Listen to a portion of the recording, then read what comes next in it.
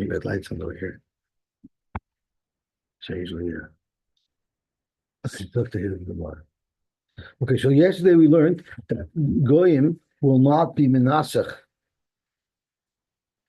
Chaimitz or Yain Vushel to the Avoda Zara, and therefore, although you can't buy wine from, you cannot buy Chaimitz from them that they had when it was wine. But if you buy Chaimitz from them that they only got as Chaimitz, then there's no concern. Okay, we are up to the second line of the Aflamara, with Aleph Tanur 11. Yain Mevushel va'aluntus shel oivdei gechavim. Yain Mevushel and aluntus of oivdei gechavim are asurim. What is aluntus? Rashi says aluntus was some type of thing that was made with wine that was used l'refuah. Aluntus kibriosa muteris, which Rashi learns. So the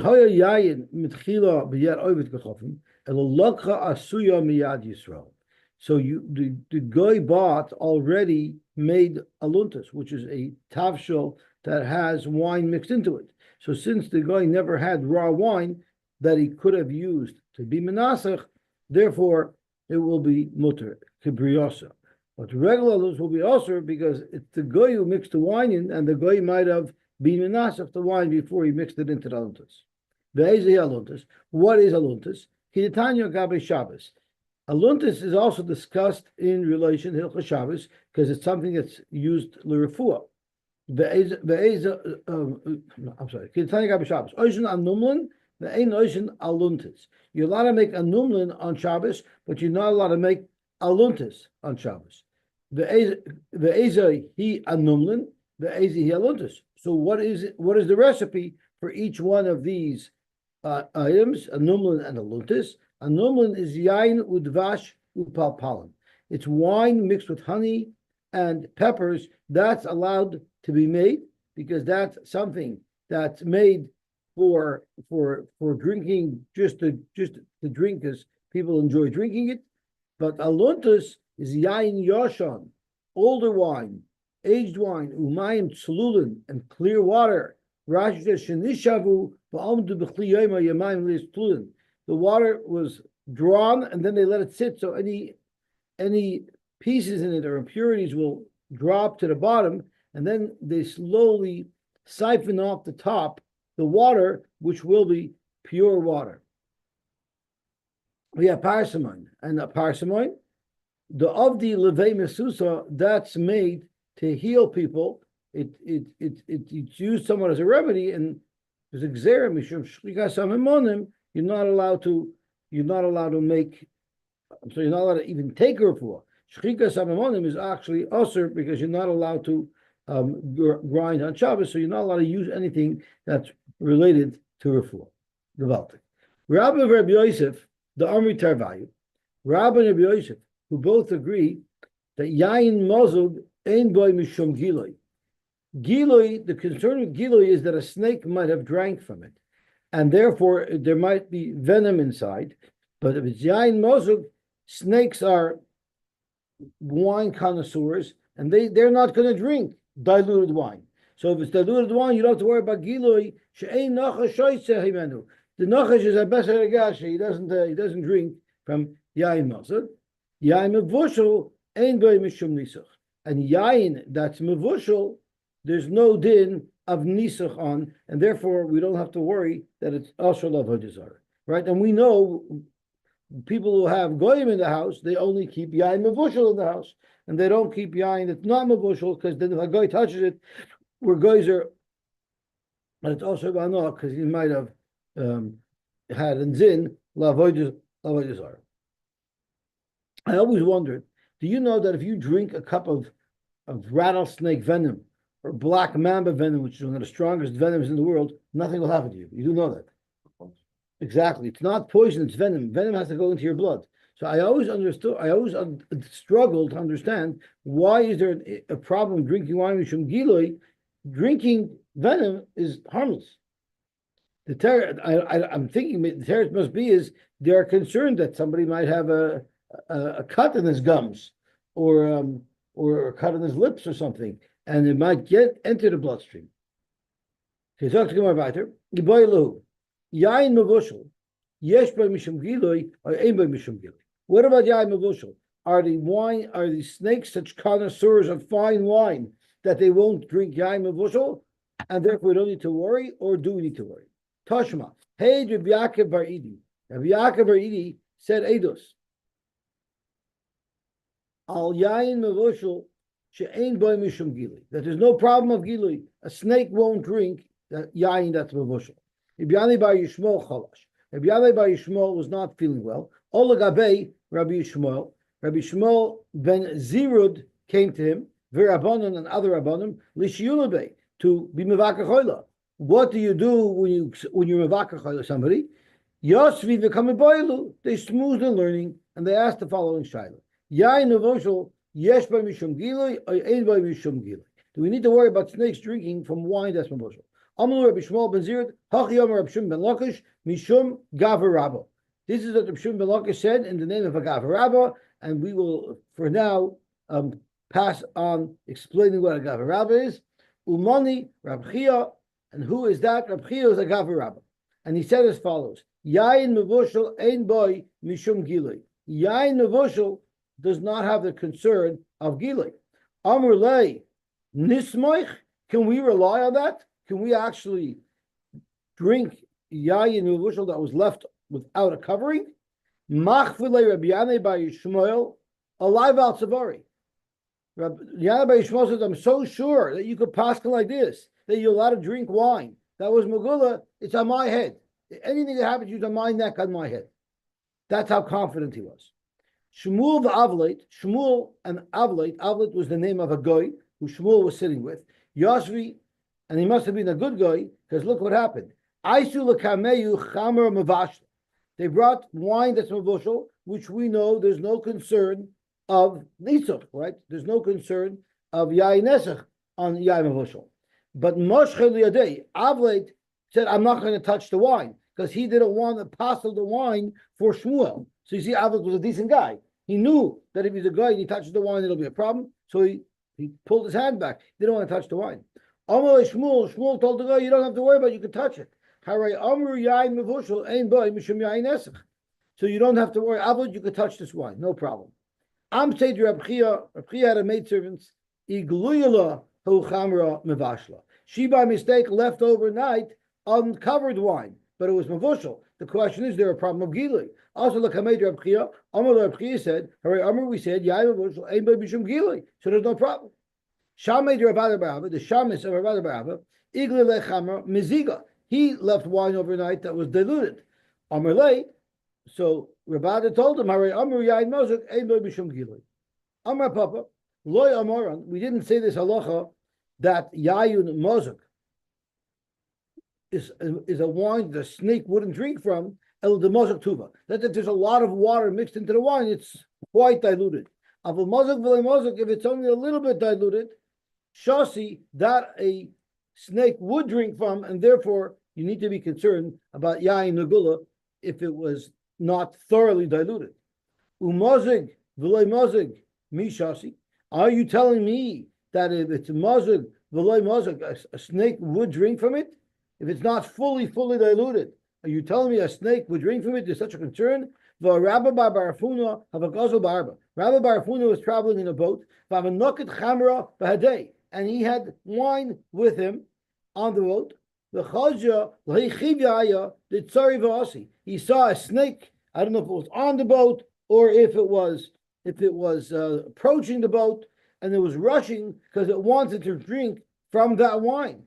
So right away, Rabbi Barafuna, he wanted to protect his wine from the snake. He told the shamis, Sami Eine Didain, blind the eye of the snake. In other words, make it that the snake should lose interest in my wine, so he won't come drink from it.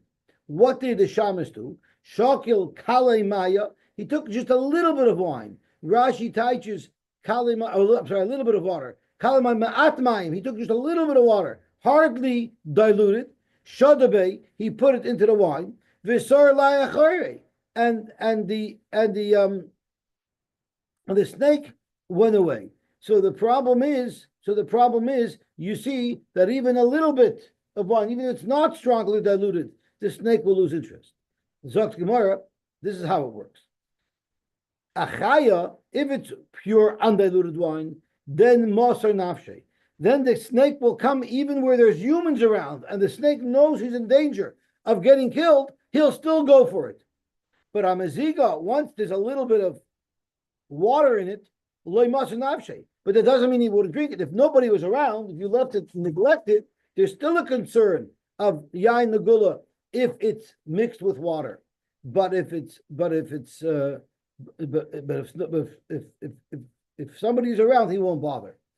But if nobody's around, he will bother. So in the case of Rabbi Barhuna on the ship, when it was pure wine, the snake was going to come even though there's a human sitting there. Once it's muzzled a little bit, now that there's humans there, the snake says, you know what, I'm going to find a better target. So we're getting into the psyche of the snake. The snake has that intelligence to know he could sniff out from a distance if the wine is pure or if it has a little bit of water mixed into it. And then it's going to say, okay, is my life in danger if I go for this wine? So the snake's going to say, for that wine, I'm not going to risk it. For a better one, I'm going to risk it. Frank the Gemara, are you telling me that a snake would not go near a human to grab the water, to grab the wine, because it's a little diluted? I'll prove this to you otherwise. You're going to see, if you think this is delving into the intelligence of a snake, wait till this next step. He was in a city called Be'ach Buri. Amrila Barhedya have a Be'ach Buri. Have a Yosy, they were sitting, Bavakashasu Chamra Meziga. They were drinking wine that was diluted wine. Pashlu Chamra Bakuba. In this jug, or this barrel, whatever this keli was, they didn't drink it dry. There was an inch left at the bottom of the barrel. V'tzarinu b'farvanka. So they covered it over with a shmata. V'chozi lahu chivaya. They saw a snake. Now the snake could reach up to the top of the barrel and sip off the top. But there was nothing at the top of this barrel because it was drained down to maybe an inch from the bottom. So the snake wants wine, but it can't get in the barrel. It can't get in the barrel because it was covered with a shmata. But it's trying to drink, at least from the top, through the shmata. So you know what the snake did? The snake was a smart cookie. The shakal maya, Varama Bakuba, he took water in his mouth. The snake picked up water from somewhere, reached to the top of the barrel, and dumped the water into the barrel. By dumping more and more water into the barrel, he probably had to do a bunch of trips. He was able to raise the level up to the top. Once the level's up to the top, there's very diluted wine, but there's still wine up there. And now he can get his wine from the top. Ad the mullah bekuba, until he filled the whole barrel with water, and now it's water with a faint taste of wine in it because there was wine there at the bottom of the barrel. This salak chamra, iluya parvanka, and now the water was able to go above the level of the shmata that was covering it. The shoshi was able to drink. So you see, even if it's highly diluted wine, the snake will still drink it. So listen to this one. Amri, the mazik iu shoshi. If the snake himself did the dilution, yeah, that'll drink. He made it himself. But the mizigi achrini, but if somebody else, if the human already diluted it, loy shoshi, that the snake wouldn't drink. So listen to the level of intelligence of a snake. If he dilutes it, I'll drink anything. If you dilute it, I'll still drink it if you're not there. But if you're there, I'm not going to risk my life. But if it's pure wine, then I'll even risk getting chopped in half with a shovel by coming. Very interesting about the intelligence of a snake. Zok Gemara. Amar Abashi v'Temir Misharsha. Piduka lisakanta. Come on, we're dealing with something that's a sekalos nefashos, and you're going to start making your dakistik chalukim when yes, what, no. How about stay far away from it and don't drink it no matter what? Amarava hilchasa yain mazuk yesh by mishum gilui, because of the comment that Rabbi Mishasha just said. Well, you're going to start taking chances and making these dakistik chalukim. It's your life that we're playing with. And the yesh boy mishum yain esach. He holds yain mazuk. There is a problem of yain esach. Yain mevushel ein boy mishum gilui. A snake still wouldn't drink yain mevushel. And ve'ein boy mishum yain nesach. Shamai the Rab Chalakia bar Tuvi, the Shamis of Rab Chalakia bar Tuvi, iglei hahu kista demaya. So now we're discussing water that's megula. He had a container of water that he left uncovered, vavenayim gabo, and he fell asleep there. Also lagabe the Rab Chalakia bar Tuvi.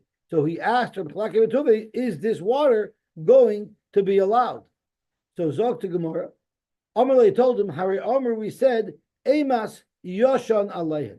The snake is afraid of a human, even a human that's sleeping. And since you were sleeping there, there's not a problem with Gilui on the water. This is only by day. By night, if you were sleeping, then we have a concern. But that's not the case. So if you fall asleep, and because of that, it's possible that a snake got to the wine, to the water, you're not allowed to drink. Rav loy shosi mi be'armo. He would not drink water from a goy. Omar, he said, loy zehiri begilu. They're not careful with letting their water exposed. It's dangerous. But mi be'armalosa. But let's say he was eating by an almana rachman l'tzlon who lost her husband.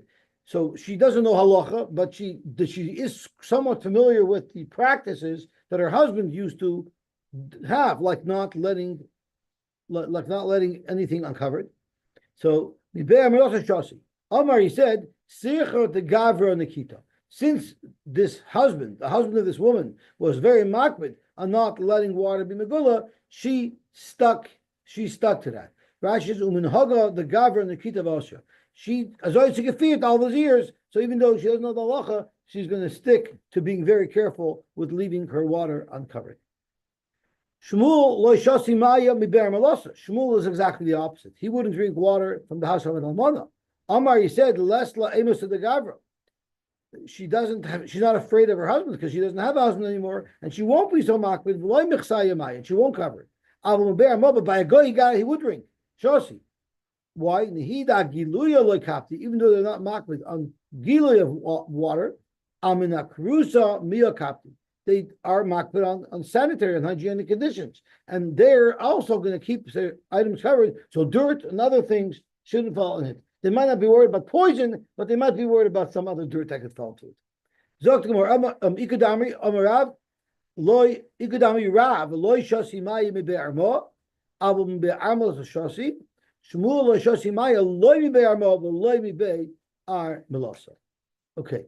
Now I just want to stop for a second and talk a little bit of how yayin mevushal works, because yayin mevushal there's no problem of yayin nesach. So midaraisa, if a goy pours wine love Zara, that's mabish or shai love midaraisa, because we assume they have a zinin for avoid Zara. And therefore, we're not going to drink it. But we're makbid if a guy even touches wine, we're afraid that he had a din of Zara, and therefore, I think we do rabbanon that's also bano as well. Now, we have something called mevushal. What is the definition of mevushal? That's a very, very big machlokes. So Reb Moshe Paskins, mevushal is if anything is cooked up to a level of 175 degrees Fahrenheit, that makes it mevushal. And therefore, there's no problem. Now, why is it that yain mevushal there's not a problem of yain nesach? So the svar that most people know is what one of the Rishonim say, and that is because once it's cooked, it impacts the quality of the wine, the taste of the wine, and therefore it's no longer fit for a king. Therefore, they would not serve it l'avodah zarah. So there's no chash avodah. That's how some Rishonim learn. But there are other Rishonim who learn is that since mevushal is such an unusual scenario, in those days nobody cooked their wine. Therefore, it's something that's not the derech, and the rabbanon are only geyser on things that are shchiach, not on things that aren't shchiach. But one of the main reasons that we are Simon Khan is that it's no longer fit for a king. So Rav Moshe holds that if you have wine that's 175 degrees, which is what you would need anyway if you were pasteurizing the wine, which we do, that makes it mevushal. Now, the problem is there are Chroinim who argue, and that is Reb Shlomo Zalman Auerbach held pasteurized wine is not mevushal. Now, the machlokes between Reb Moshe and the Tzelem Aruv is a different story, how hot it has to be. Because I think Reb Moshe held wine that was 175 is considered mevushal, but the Tzelem Aruv held you needed to be hotter. So that's why there are certain bottles of wine, of kedem wine that were said not mavushal on them because the Tzelem Aruv was the balamachshir that Rav Moshe held was mavushal. But the problem with pasteurization is Rav Shlomo Zalman Auerbach held that even pasteurized to 175 is not mavushal, because one of the reasons why the Rishonim explain why mavushal does not taste as good is because some of the content, some of the moisture, some of the water in it evaporates and it becomes a thicker concentration. That's normal when you're cooking something in a pot on fire. It's inevitable that some will evaporate and the taste will change. But by pasteurization, Dr. Shlomo Zalman Auerbach, the way something is pasteurized, first of all, the way they pasteurize things, they do everything with tremendous care not to change the taste. Now, big connoisseurs of wine can tell the difference between bushel and non-bushel. But the average person, when they taste wine, they would never know the difference. So, first of all, it's not changing the taste. None of it is evaporating because pasteurization is done in sealed containers. What they do is they heat up the first batch of wine, right, to 175. Then, as it goes through the pipe back into the vat, it goes through a heat exchanger, and they pass cold wine through it, non-pasteurized wine. So the heat that's in the first batch of wine gets now transferred to the second batch of wine. So the second batch of wine is not even on a fire. It's not even getting heated by an element. It's just absorbing heat from the wine that's warm already, that's going out to be cooled. And that cycle continues during the whole pasteurization process, that each wine that's getting pasteurized is just getting heat through a heat exchanger from the wine that's now leaving the pasteurization chamber, A, and B is it's always in a sealed container. There's never any room for evaporation. Everything stays inside. And therefore, Rabbi Shlomo Zalman Auerbach holds that pasteurized wine does not qualify as yain mavushal. But Rabbi Moshe held that it did qualify as yain mavushal, and I guess we rely on Rabbi Moshe today with yain mavushal. Okay. Zok to Gemara weiter. There are three types of wine. And these wines, there's no concern of gilui. These are wines that a snake will turn his nose away from. He won't be interested in drinking. Chad if it's very sharp, mar if it's very bitter, masak if it's very sweet. What does chad mean?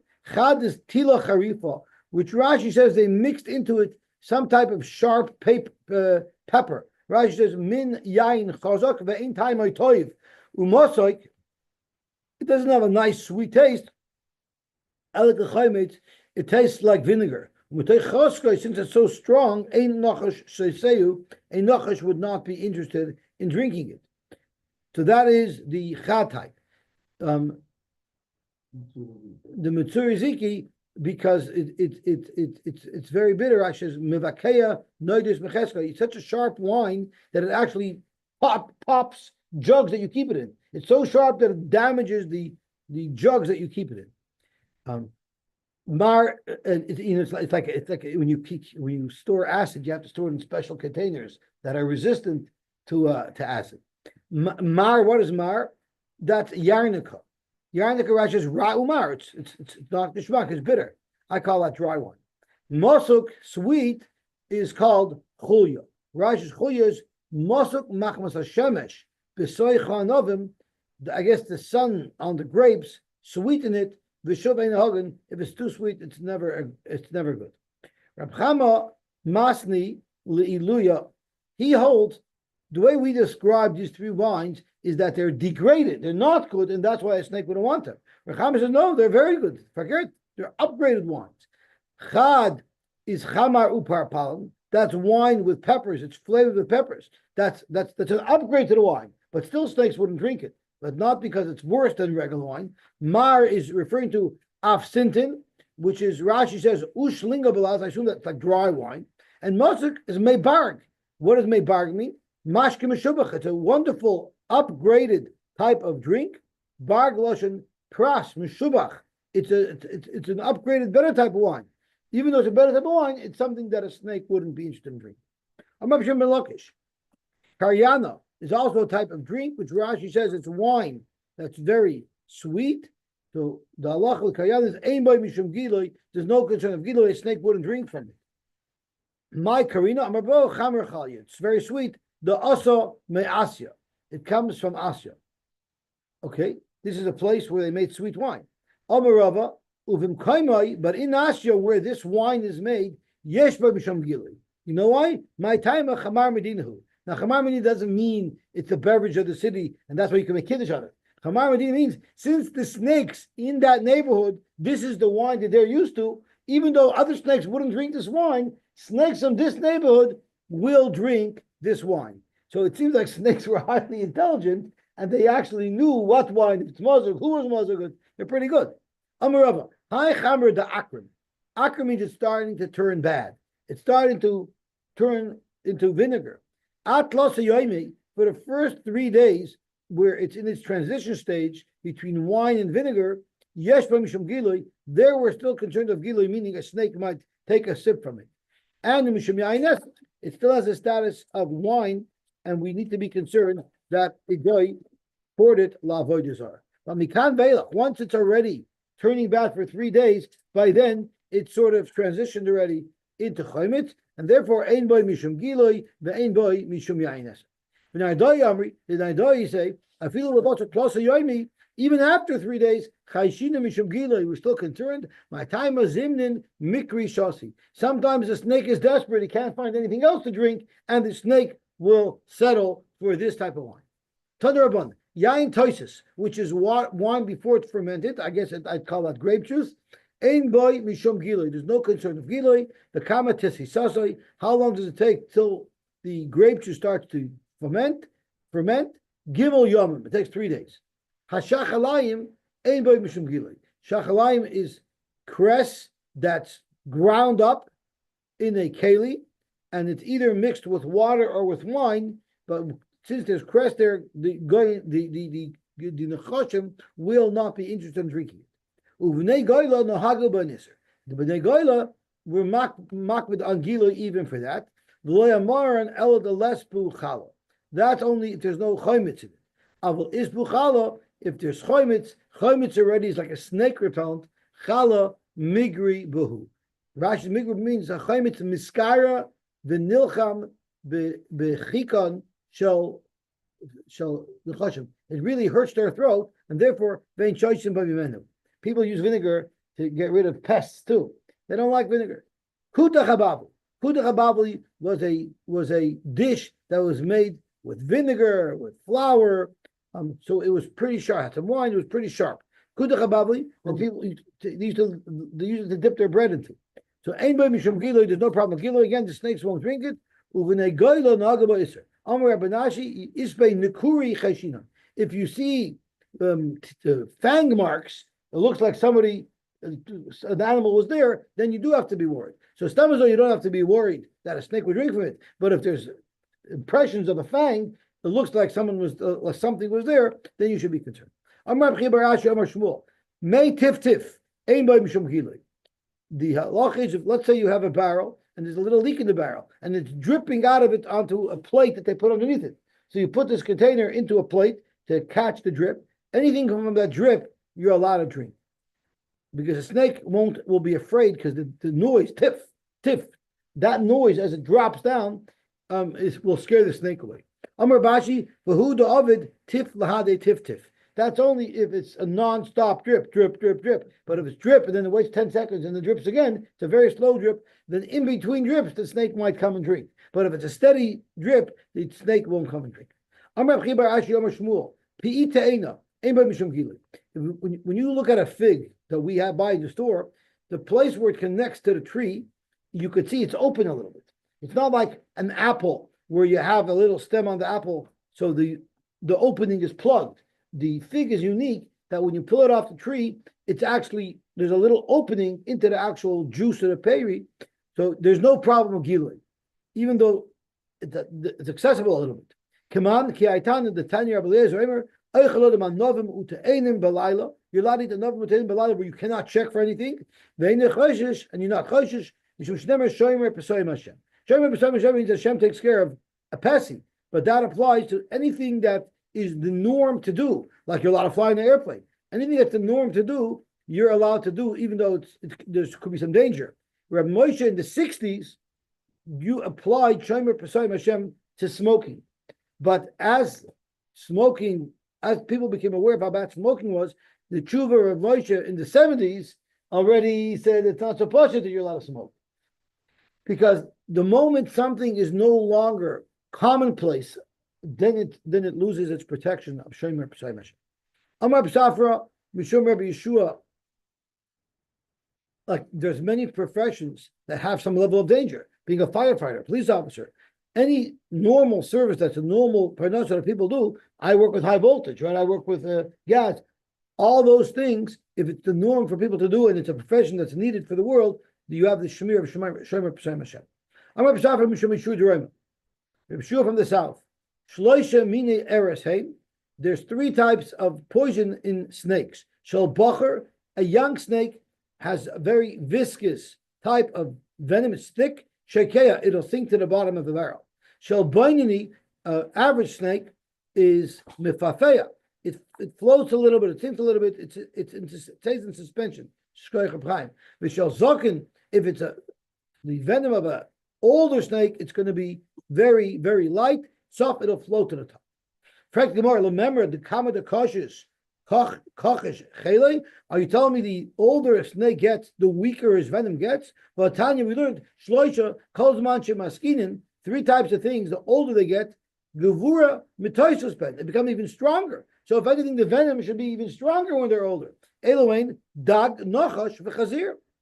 Zok Gemara koyach isufe hu de kamoisev. It might be that they become more vicious and they become more powerful, but their venom gets weaker. Ziare kolish. So therefore, okay, period.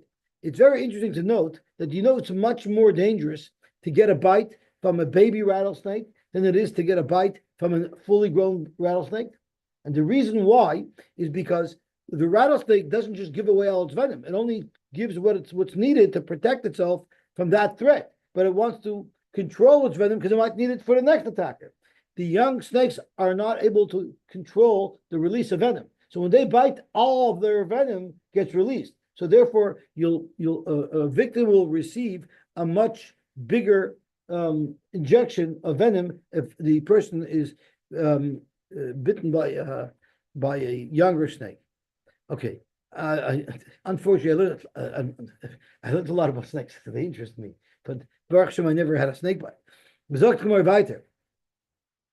What is the big deal? So you're telling me, shel bacher shekei, it's thick. What exactly am I going to do with that information, knowing that the venom of a younger snake is thick? The Tanya we learned, what if the chavis was left uncovered? Even though 9 people already drank from this barrel, but they're drinking from the top of the barrel. You know why? Because the venom might be all the way at the bottom of the barrel. And then the shas asiri umeis. I'm Rabbi Yirmiyah, zehu shoikeya. That shoikeya, it sinks down to the bottom. V'chein avatiach shenes galsa, a watermelon that was left uncovered. Because maybe a snake bit into it. It was a young snake, and the venom is all the way at the bottom.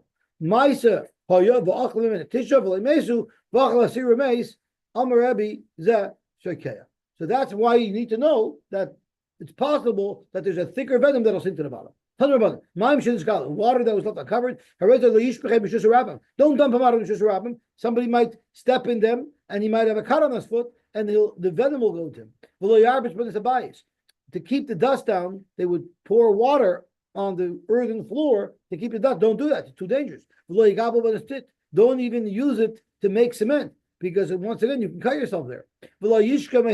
Don't give to drink. Not your animal, and not your friend's animal. Your animal is baltashkos if the animal gets hurt, and the animal's animal is mazik. Don't wash your hands and face because it could penetrate. There are those who say the only type of places where you shouldn't wash with it are where there's crevices in your body. But ain't sirta, if there's no crevices on your body, mutter. Isn't that why the Tanna Kama said you shouldn't wash Panav Yod V'Ragel because there's indents there, but the rest of your body is not a problem. So aren't they both saying the same thing? So tomorrow, no, Ikaminayu Gav Hayad the Gav V'Ragel V'Rum Nidapi. The palm of your hand which does not have crevices in it, but it does have little indents, or your eye socket. If you look at your eye, it's indented a little bit, but there's no crack there. That's where there's a machlokes. The mother holds panav yod v'ragel is also holds even there it's also. The mother holds dafke if it's like a crack or a crevice, it wouldn't be also. Amar lo yishkamen, don't drink, don't keep the drink. Loy behem toiv loy behem schaveri. Frank the Gemara Batanya av mashkel behem atzmai. But the Brisa says you are allowed to feed it to your own animal. So you're allowed to feed this water to a cat because a cat is somewhat immune to snake venom. Rashi tells us. So you're allowed to feed your cat. So, why is there a distinction between your cat and Yinim's cat? If it's a cat that we're talking about, let it go to a cat. It will still weaken. The cat won't die from it, but there'll be a little bit of a recovery period that the cat will be weakened. So, why would you do it? No, it will become healthy again. So, true. But Zimnan the boil is vuna. What if this guy wants to sell his cat? Now, if his cat is not feeling well for a couple of days, he won't be able to sell it. And he won't be able to sell it. But if you have a cat to hold, then you don't need to worry because it might be weakened for a couple of days, but the cat will come back to itself. There's three types of wine. Nesach asur, wine that was nasach lavidishchavim, it's asur b'no midaraisa. And umitama tuma chamur b'gazayis. We actually treat it like a mace because it's called zivchei mesim, and therefore tuma chamur b'gazayis means if you touch it, you're tamei. It's mitama tumas oil and tumas masa. It's mamish like a mace. Okay, now we'll just get on top of the base for my juk. Stam yainam, stam yain v'goy als gzeres yain nesach is also b'no, but that's only mitama tumas mashkin b'revius. That's not treated like a mace. It's treated like a mashkin that's tamei. We'll see what that is. There's a whole shot of Hashem about that. And a mafkid yenoi eitzel oivit kechavim. If you have a barrel of wine that you give to an oivit kechavim to watch for you, asher b'shtia, it's asher to drink, but umuter bano. Okay, well, we should pick up from the bottom of Lamed Beis, Beis Hashem tomorrow.